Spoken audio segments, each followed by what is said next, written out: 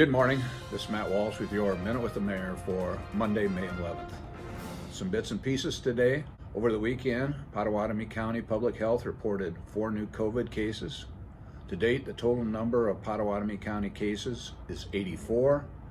Currently, 44 of those individuals are self-isolating at home, 2 are hospitalized, 36 have recovered, and 2 succumbed to the disease.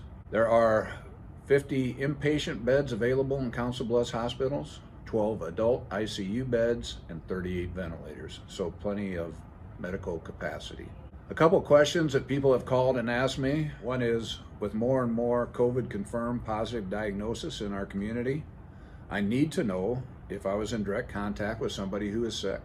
Pottawatomie County Public Health contact traces every diagnosed patient's recent activities. They likely will find out exactly which cashier at the grocery store that sick person checked their groceries through.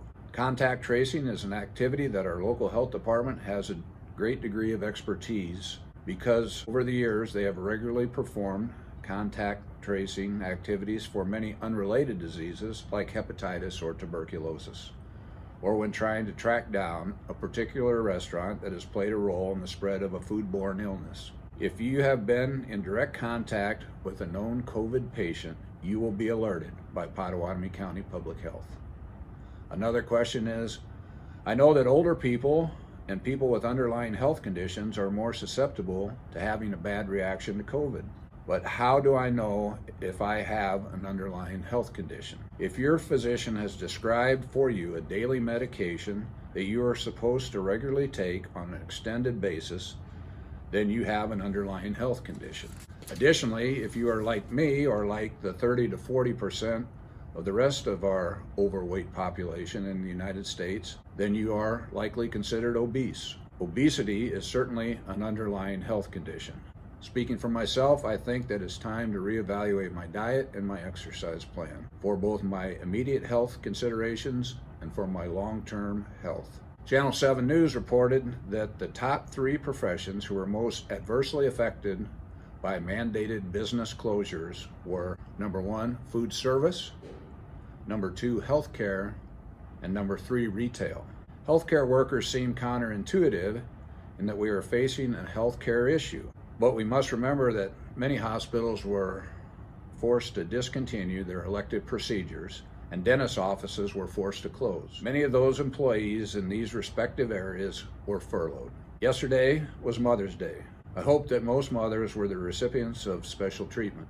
However, please let us not forget that other mothers and or fathers who have lost their source of employment and income due to the COVID virus shutdown. These are hardworking, prideful individuals who have always had a job, always took pride in producing an honest day's work to earn a livable wage so that they can feed their families. Yesterday, many American mothers weren't thinking about celebrating Mother's Day. They were instead worried where their next meal was coming from. Therefore, if you have the financial capability to help out your neighbors, please dig into your pocket and make a donation to a Council Bluffs food bank or donate to the Pottawatomie County Community Foundation.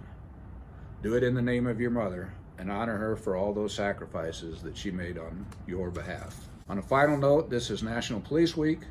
Normally we would have multiple celebrations to honor our police officers for their exemplary work. Obviously, public health safety precautions have eliminated the opportunity to hold those special events. But this in no way diminishes our appreciation for the physical and mental health risk encountered by these dedicated professionals. Special thanks to all public safety personnel for the risks that they take to protect us. Give them a wave or a toot of your horn to show your appreciation. That's your Minute with the Mayor. Have a safe week. Do something kind for somebody. Share a smile, even if it's from behind your mask.